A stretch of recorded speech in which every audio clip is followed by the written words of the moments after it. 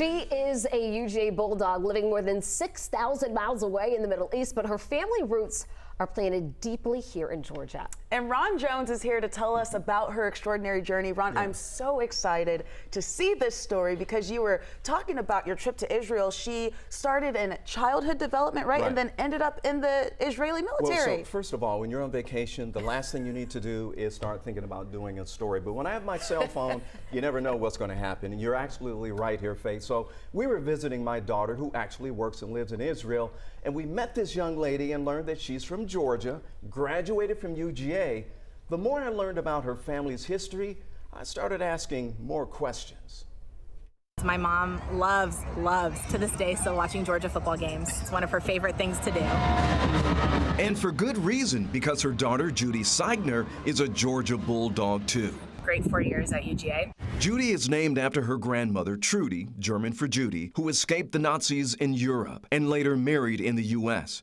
Judy's great-grandmother, a victim of the Holocaust. Hoping to connect with her Jewish roots, Judy traveled to Israel as a rising senior. And I just felt really strongly that I wanted to come and visit Israel, and I thought that it was an important part of who I am. Hooked. It was back to Israel after graduating in 2013. And then decided to come back. Thought maybe this would be a great spot to spend a little bit of time and learn some Hebrew. She felt compelled to join the Israeli military. If I'm going to be here my whole life, then I want to have also contributed to that country in that way. Quickly promoted to lieutenant, she's one of only a small group of women in military leadership. I would honestly say that as a woman in the military, I didn't feel any less than anybody else. This Georgia Bulldog was on the fast track. I served as an instructor for chemical warfare and for search and rescue, which means that we were teaching soldiers and reserve duty soldiers how to rescue people from buildings that have crashed due to rocket fire. Training civilians too. A family was able to get to safety during a rocket attack. Lieutenant Judy shared it on Facebook.